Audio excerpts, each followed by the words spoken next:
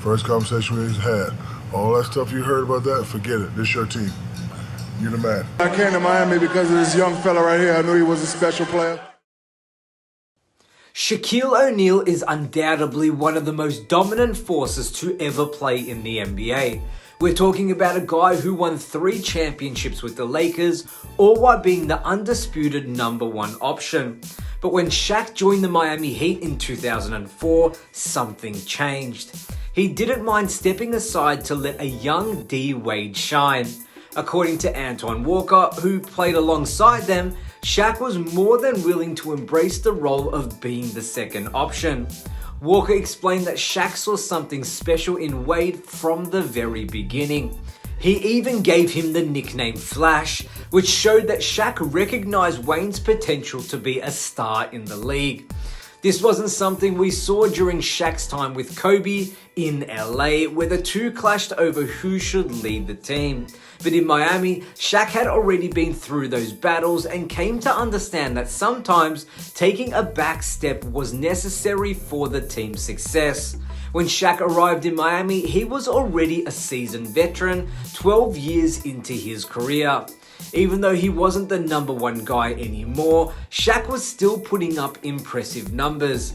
In his first season with the Heat, he averaged 22.9 points, 10.4 rebounds, and 2.3 blocks per game.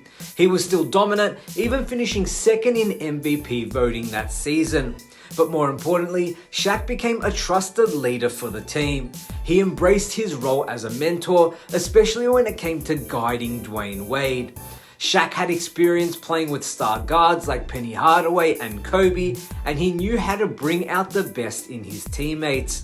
With Wade, he made sure to let everyone know that when the game was on the line, they should always defer to Flash.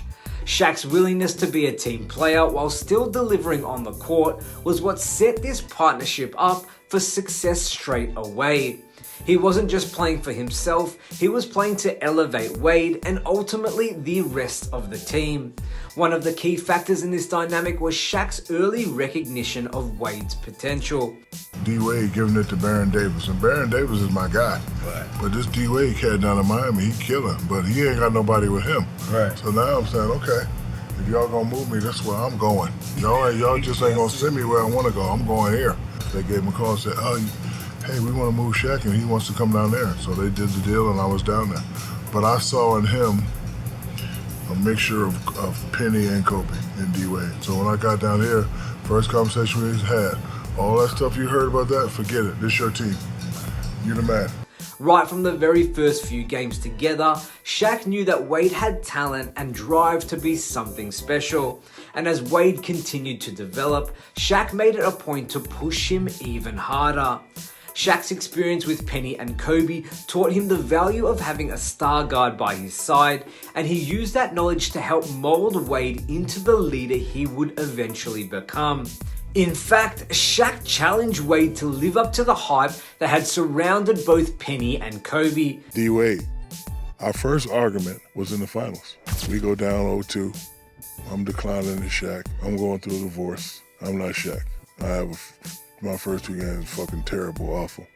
So I pulled D Wade in the room. The fuck you gonna do, man? Motherfucker. You wanna be the man, what the fuck you gonna do? I wasn't trying to fight, I was just asking questions. He had a look of relief like, oh, I can? So yeah, motherfucker. And he said, okay, Shaq. And he went off. So I was fortunate enough to play with 3 of the greatest guards. It wasn't just about winning games for Shaq, it was about helping Wade realize his full potential, and boy did it pay off. Wade took the reins when it mattered most, especially during the 2006 NBA Finals. He was an absolute superhero, leading the Heat to victory and cementing himself as the star of the team. And you know what? Shaq was perfectly happy to be the #2 guy at that point because he knew that together they had accomplished something special. So ultimately, why didn't Shaq mind being second option to Dwayne Wade? Well, the simple answer is he saw greatness in Wade and knew that stepping back was what the team needed to win.